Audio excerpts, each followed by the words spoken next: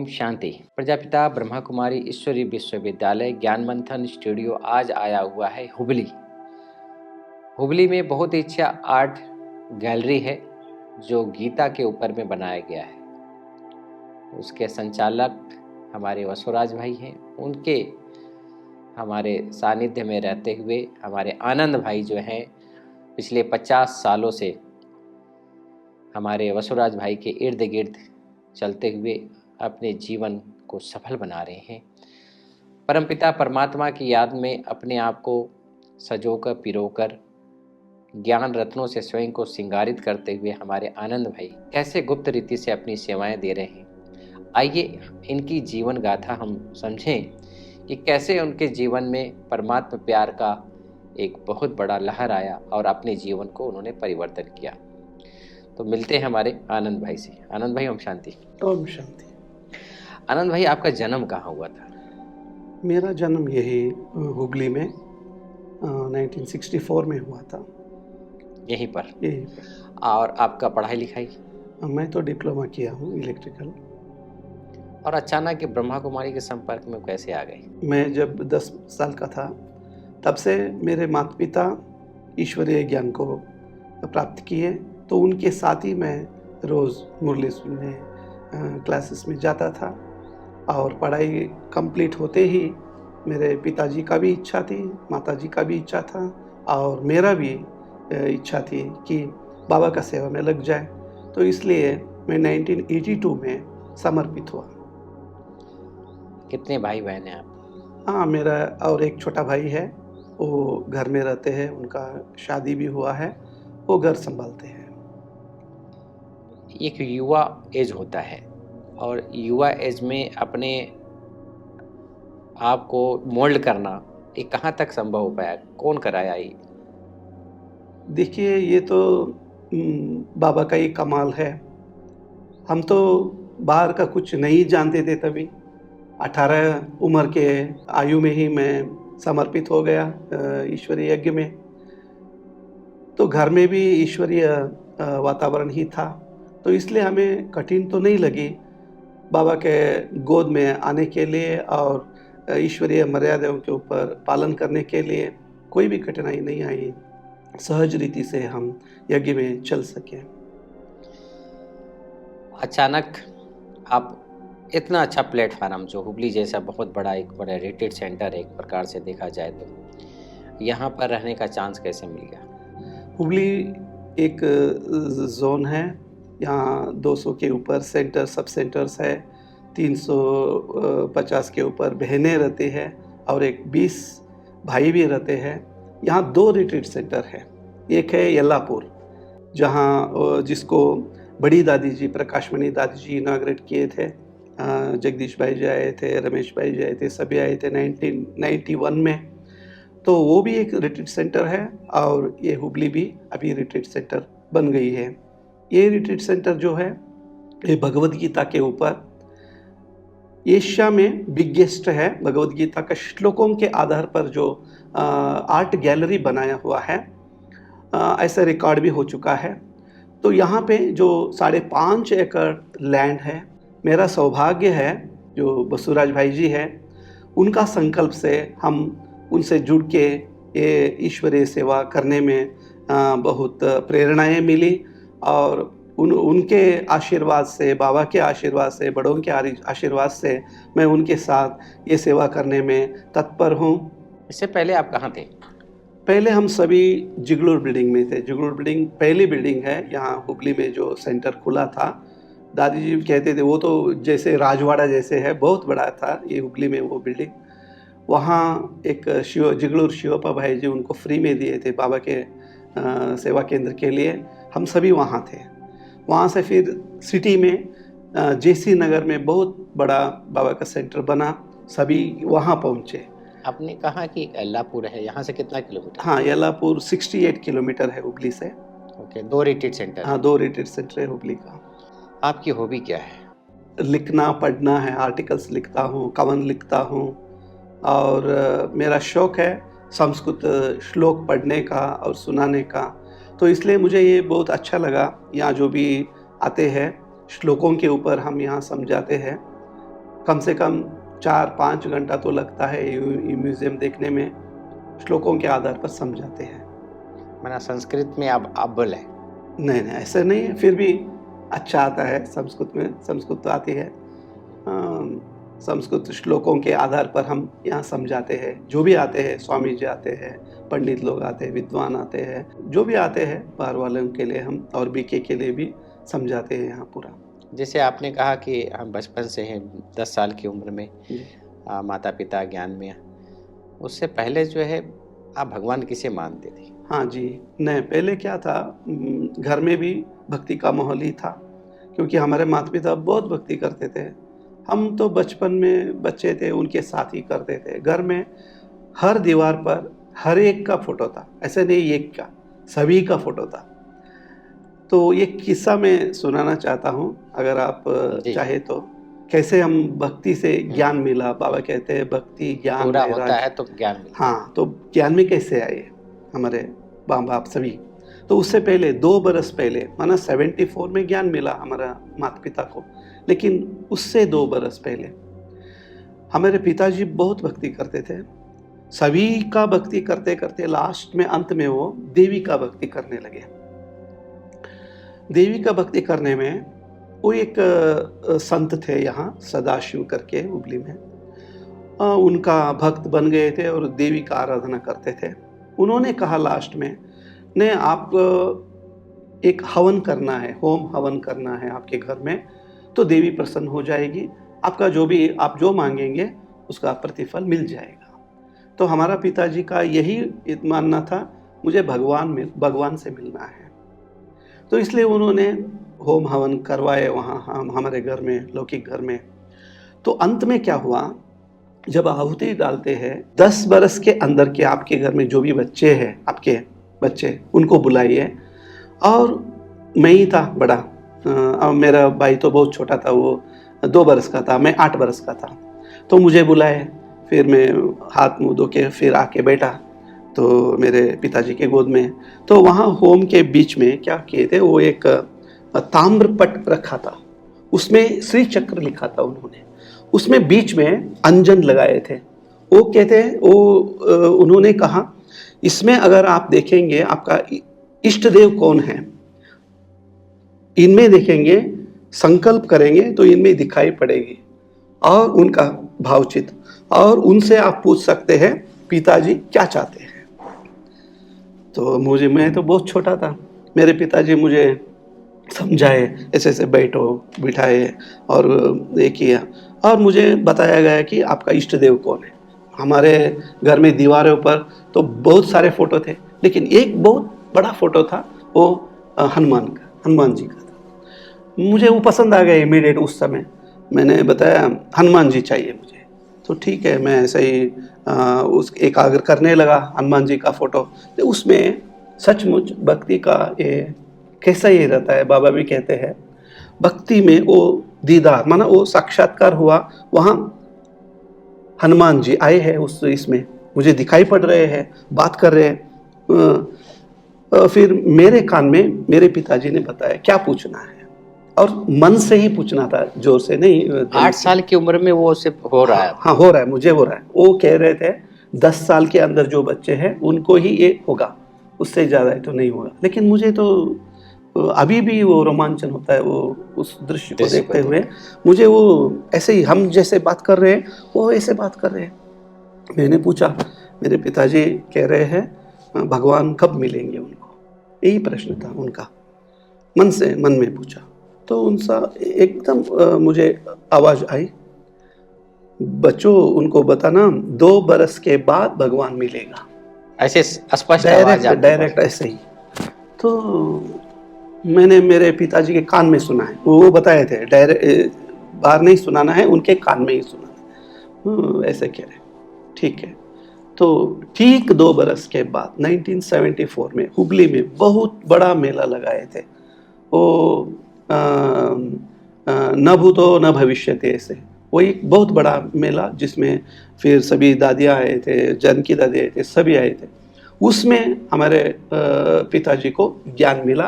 वो साथ में मुझे भी लेके जाते थे उनके साथ, कहीं भी मात्र जाएंगे 10 साल की उम्र थी हाँ उस जी, समय। 10 साल के तभी तो मुझे भी साथ में लेके जाते थे, तभी ज्ञान मिला, ईश्वरीय ज्ञान मिला।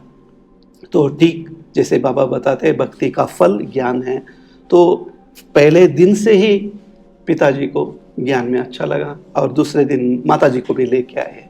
तो ऐसे हमें ज्ञान प्राप्त हुआ, उनके साथ हमारा भी भाग्य खुल गया। आपने कहा कि पिताजी किसी देवी की आराधना करते हो, देवी जी। कौन थी?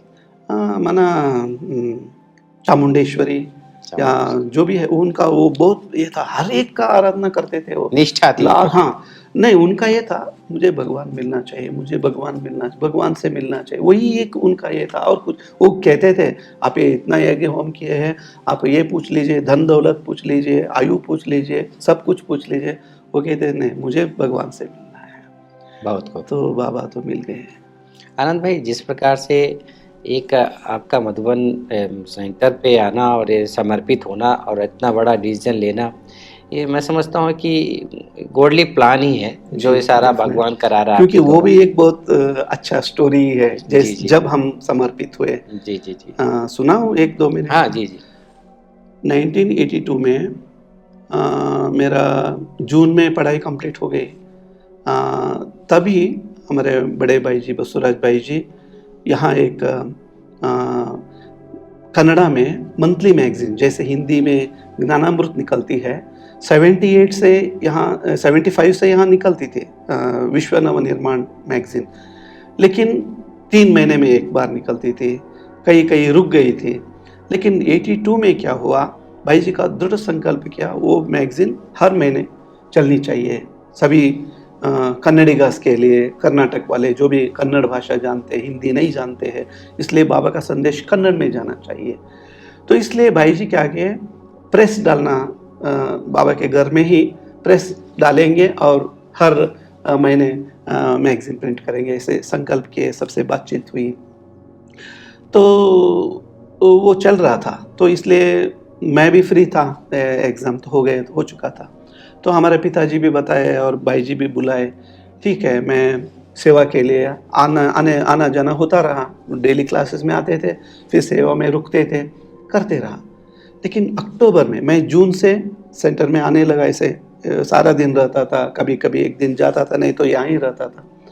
तो अक्टूबर में क्या हुआ, यहाँ हुबली में यल्लापुर में, तभी रिट्रीट सेंटर नहीं बनी थी, भाई जी क्या करते थे, मई और अक्टूबर मास में भट्टी रखते थे सभी भाई बहनों के लिए, क्योंकि छुट्टी रहते थे। तभी यल्लापुर में एक बहुत बड़ा कॉलेज है वहाँ, YTSS जूनियर कॉलेज, उन्होंने अक्टूबर और मई में हमें कॉलेज दे देते थे रहने के लिए, और बहुत बड़ा हॉल था, भट्टी करने के लिए सब व्यवस्था था वहाँ, तो इसलिए वहाँ रखते थे। अक्टूबर में भट्टी था, तो भाई जी को तभी जब चाहिए तब साक्षात्कार भी होता था कि यहाँ ही बाबा का बहुत बड़ा रिट्रीट सेंटर बनने वाला है, ऐसे पहले से।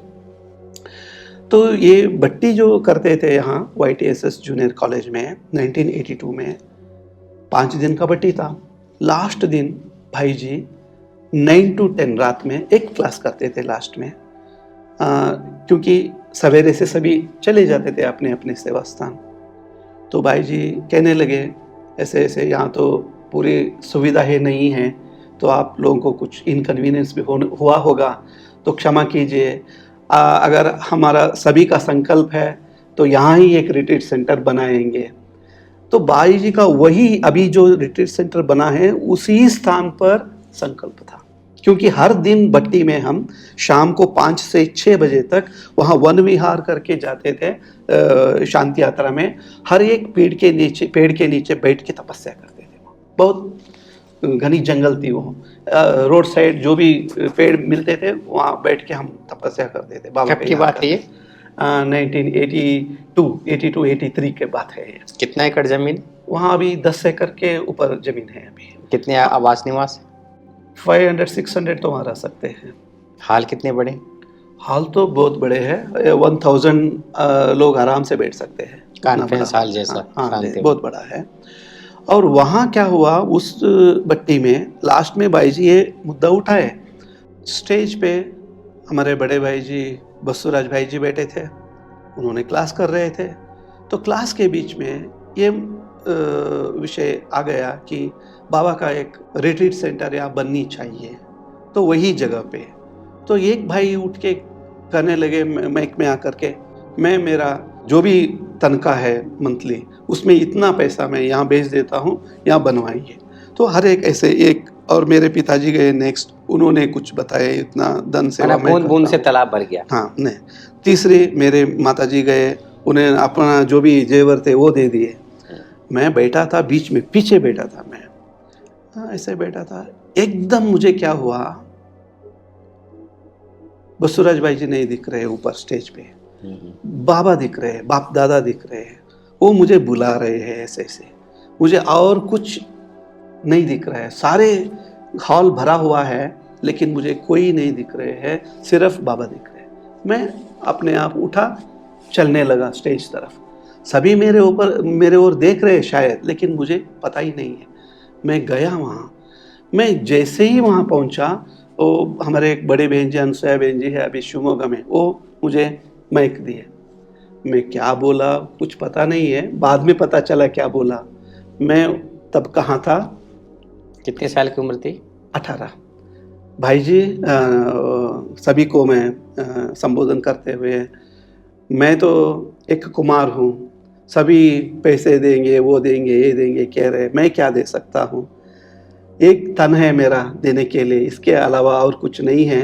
ये तन मैं बाबा के सेवा के लिए दे देता हूँ। मैंने वही घोषणा कर दिया। हाँ, सभी रोने लगे, सभी का आंख में आंसू आ गए। फिर भाई जी उठ के नीचे आ गए, हमारे माता पिता से हमारा हाथ लेकर के भाई जी ले लिए, फिर अपने साथ बिठा लिया।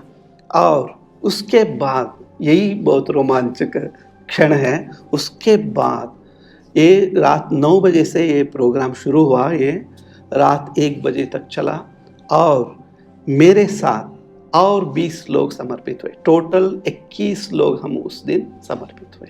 उसी दिन बहनें सभी 21 लोग समर्पित हुए। तो इतना बहुत बड़ा खुशी का माहौल था। सभी मिलके रास भी किए, बहनें एक तरफ, भाई एक तरफ, इतना अच्छा बन गया। तब से वहाँ का ये लगन जुट गई है सभी के कि यहाँ एक रिट्रीट सेंटर बनना ही है। तो वही स्थल पर रिट्रीट सेंटर अभी बना हुआ है। माना आपके संकल्प से कई लोगों का समर्पण भी हुआ, और एक ही भाई साहब के संकल्प से सबका योगदान भी, आहुति भी पड़ी। मेरे संकल्प से ऐसे मैं नहीं कहना चाहता हूँ, ये बाबा का संकल्प है। लेकिन मुझे चांस मिला पहले समर्पित होने के लिए, और प्रेरणा उसका मिली आधार, औरों को भी। मैं समझता हूँ उसका आधार साक्षात्कार था वो जी, लाइट का, जी, जी, जो वो आकर्षण का केंद्र बना, और वहां तक आप पहुंचे, और ये सब जी, बाबा ने बुलवाया। जी, जी, जी, बाबा ने किए, हमारा कुछ नहीं है इसमें। आनंद भाई, इस ज्ञान मार्ग में चलते हुए करीब मैं समझता हूँ 50 साल हो गए हैं। बहुत सारी बातें आती होंगी, परिस्थितियाँ, शारीरिक रूप से, बाहर के या मानसिक रूप से, कोई भी परिस्थितियाँ आती है, उस परिस्थितियों को कैसे आप पार करते हैं? इमीडिएट रिएक्ट नहीं करता हूँ, ज्ञान से थोड़ा तो सोच लेता हूँ, बाद में रिएक्ट करता हूँ। ये मुझे बहुत मदद मिलती है इसमें। और रोज़ एक दिन भी मिस नहीं करते हुए मुरली सुनते हैं ना, ये हमें बहुत मदद करती है। हर एक दिन बाबा का जो महावाक्य रहती है, एक न दो महावाक्य हम रिपीट करते ही रहते हैं। तो उसी आधार पर हम हर परिस्थिति को निभा सकते हैं। माना ज्ञान को आपने अस्त्र शस्त्र बनाया, और उसको आप यूज करते हैं कार्य व्यवहार में, या अपने प्रति या अन्य आत्माओं के प्रति, ताकि आप सेफ रहें। जी, बहुत सुंदर। एक ज्ञान मार्ग में एक शब्द आता है अशरीरी, उसका भावार्थ, परिभाषा क्या है? अशरीरी मना, हम तो 63 जन्मों से इस शरीर समझ के बैठे हैं और देहाभिमान में आए हैं, तो इसलिए हम समझते थे शरीरी है। लेकिन जब बाबा का ज्ञान मिला, बाबा पहला परिचय यही दिया, पहला ज्ञान यही दिया, बच्चे तुम ये शरीर नहीं हो, आत्मा हो। और पहला और अंतिम पाठ यही है, मैं आत्मा हूँ, आत्मा हूँ, आत्मा हूँ। तो आत्मा का अनुभूति तब हो सकती है जब हम अशरीरी बनते हैं, माना शरीर को भूलते हैं, क्योंकि मेरा अस्तित्व माना आत्मा का अस्तित्व शरीर के बिना भी है। ये अगर हम समझते हैं या अनुभूति करते हैं, तब इस शरीर से न्यारा होना, अशरीरी स्थिति में स्थित होना बहुत ईजी लगता है। ना सहज भाव से हम स्थित हो सकते हैं। जी कोई ऐसा डिफिकल्ट चीज नहीं है ये। नहीं। इसके लिए विशेष हमको वैराग्य स्थिति धारण करनी पड़ती है, जी, थोड़ा तो अव्यक्त स्थिति का अनुभव करना आरावण पड़ता है। लेना पड़ता है। हाँ, डेली एक आधा घंटा, 1 घंटा सबसे न्यारा होकर के आपको थोड़ा ये अंदर आंतरिक पुरुषार्थ है हर एक का, तो हर एक करते ही है, लेकिन अगर जितना हम उसको आगे बढ़ाते जाएंगे तो ईजी होता है अशरीरी बनने में। आनंद भाई, काफी लंबे समय से आप ज्ञान में हैं। यहाँ हृदय पुष्पा दादी थी, तो उनकी सानिध्य में आप रहे होंगे, उनके संपर्क में रहे होंगे। उनकी विशेषता क्या थी? क्या आपको लगा, इनकी कौन सा गुण आपने चोरी कर लिया इनका? हृदय पुष्पा दादी जी बेंगलुरु में थे, हम वहाँ गए नहीं है, लेकिन दादी जी 2-3 बार यहाँ आए थे, भाई जी बुलाए थे बड़े बड़े प्रोग्राम के लिए, तब उनसे मिलना भी हुआ। और जब भी हम बेंगलुरु जाते थे, दादी जी से टोली दृष्टि सभी लेते थे। दादी जी का एक बहुत बड़ी विशेषता थी, जब तक मैं देखा हूँ, वो बहुत बड़े तपस्वी थे, योगी थे। मैं जब तक देखा हूँ, रियलाइज़ किया हूँ, और वो योग में बैठेंगे तो घंटों बैठते थे वो।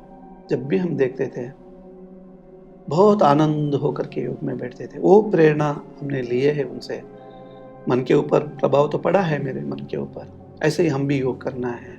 जब भी बैठेंगे, सब कुछ भूल के बैठेंगे ऐसे। और जब मधुबन आते हैं तो दादियों से मिलते हैं, उनसे क्या मिली आपको? तो मैं दीदी से मिला हूँ, दादी जी से मिला हूँ। पहले छोटा सा ये है, दीदी जी से ओम शांति भवन 83 में निर्माण हुआ। 84 में वहाँ ही मिलन हुआ था बाबा से। तो तब क्या हुआ था, सभी के लिए सौगात जो देते थे, नोटबुक, पेन, अंगूठी सभी थे, 4-5 थे। मैं अंगूठी नहीं देखा था, छोटे थे तभी, हम 20 बरस के, 18-20 बरस के थे। तो सभी लाइन लगा के गए, कुमार सभी। मैं तो नोटबुक और पेन ले लिया। तो नीचे उतरते ही देखता हूँ, हर एक हमारे भाई बहन अंगूठे पहने। वो तो सिल्वर का अंगूठा था। मुझे संकल्प आने लगा, मैं भी लेना था। मैं हमारे दीदी से कहा, निर्मला दीदी से, ने दीदी मैं तो ये ले लिया, मुझे अंगूठा चाहिए।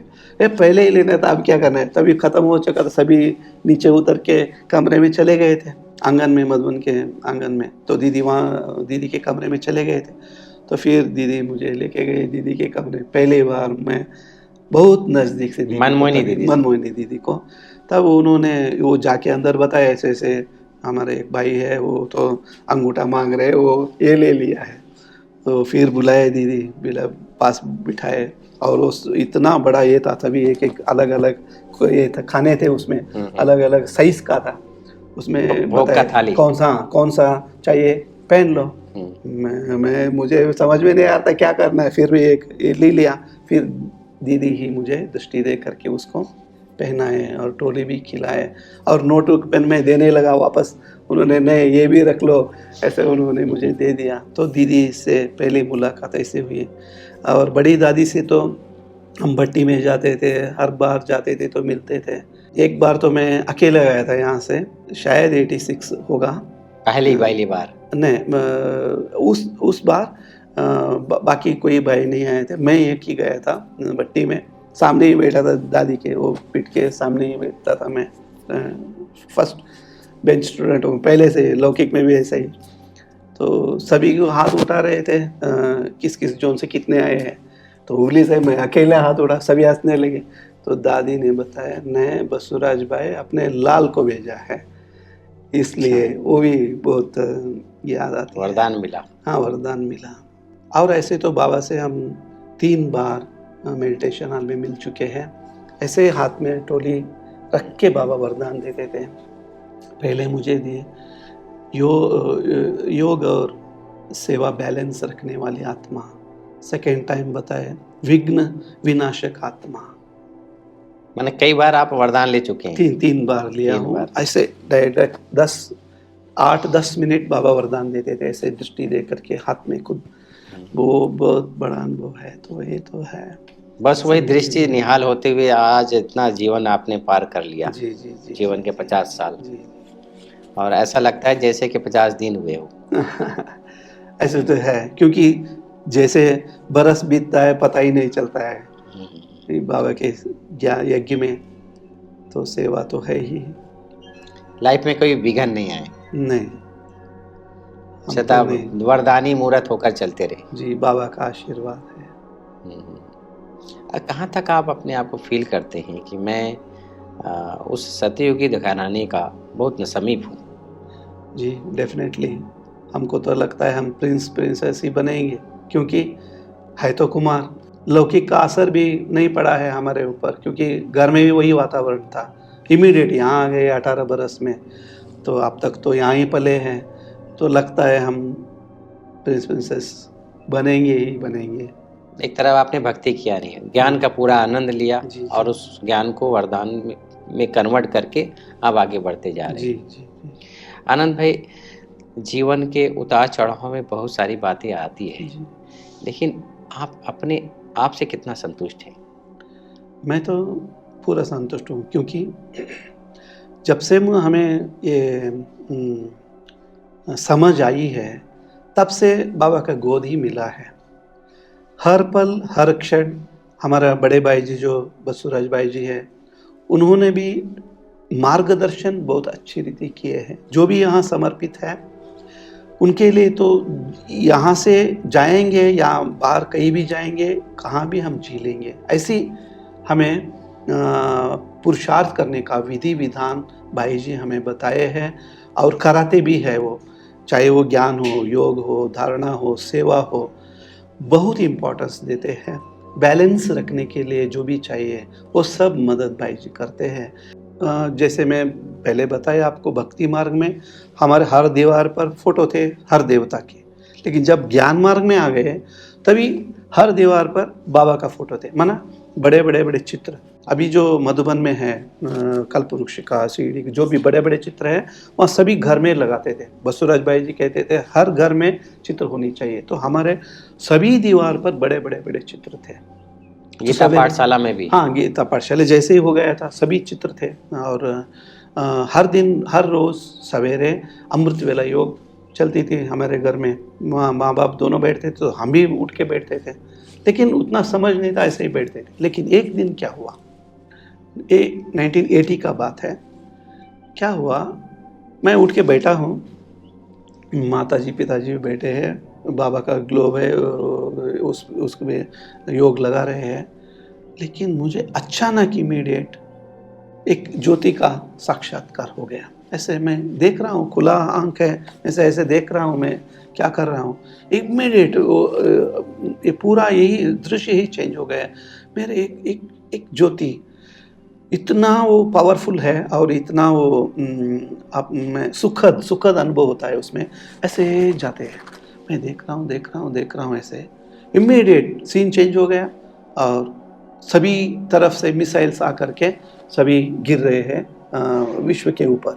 ऐसे मैं देख रहा हूँ पर्दे के ऊपर, जैसे मिसाइल माना, वो पता नहीं था मुझे तभी। अभी तो पता है मिसाइल माना क्या है। तो मुझे क्या वंडर लग रहा है, ये क्या हो रहा है पता नहीं है। लेकिन उस पल से मेरे में बहुत चेंजेस आ गए। मेरे माँ बाप कहते थे, वो जो विनाश का साक्षात्कार हुआ, तब वो ज्योति जो देखा ना मैं, तब से मेरे इसमें इतना परिवर्तन आ गया।